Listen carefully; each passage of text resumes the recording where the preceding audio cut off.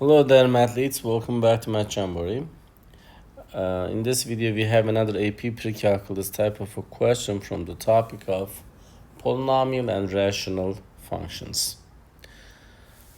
Let's solve this together.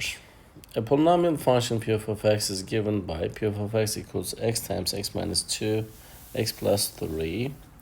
What are all intervals on which p of x is greater than or equal to 0?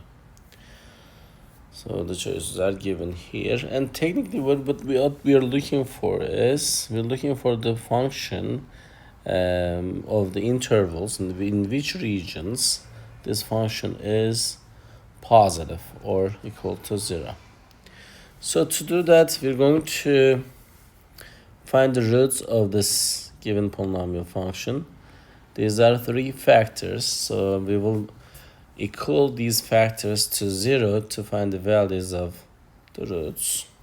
So if you will say x equals 0, technically x is equals to 0.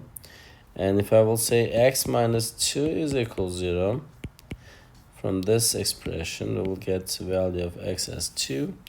And if I will say x plus 3 equals 0, then the x will be equal to negative 3. So we have three roots of this polynomial function, and let's put them in order here based on their position on the number line.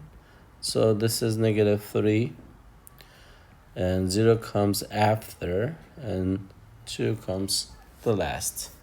So these three roots, they divided this intervals into 4 different regions, and within these regions, this polynomial function, we're looking for the value where this polynomial is positive or equal to 0, because they said greater than or equal to 0.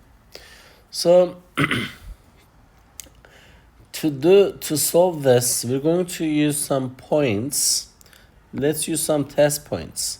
Before negative 3, what comes as an integer? It comes for a negative 4, right? So let's go ahead and look at the value of negative 4 for the x. Negative 4 and negative 4 minus 2. I'm just substituting negative 4 for the x in the given function. This becomes negative 4 times negative 6 and negative 1.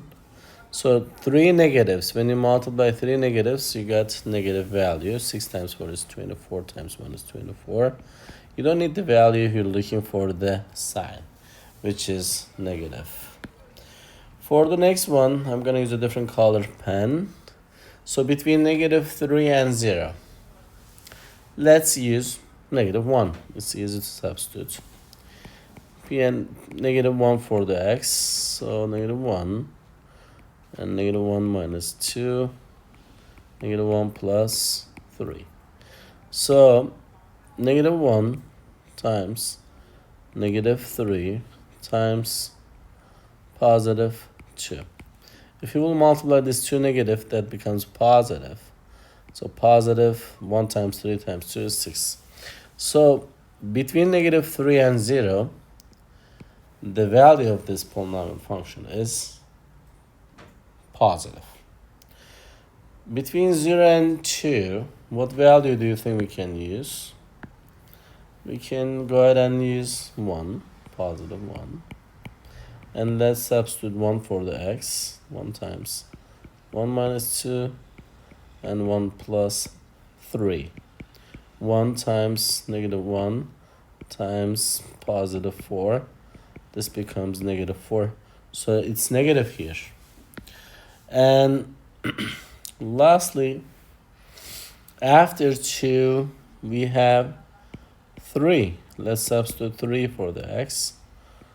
3 times 3 minus 2 and 3 plus 3. So this is positive 3 again. This is positive 1 and times it by 6. So they are all positive 18. So after 2, the value of the function is positive. So we have two regions. As you can see, in these two regions, the value of the function is positive, greater than or equal to 0. Since it said greater than or equal to, we're going to include the roots as well. So we're going to start with -3, but we're going to include -3, and 0, we're going to include 0 as well, and union. And we'll continue with 2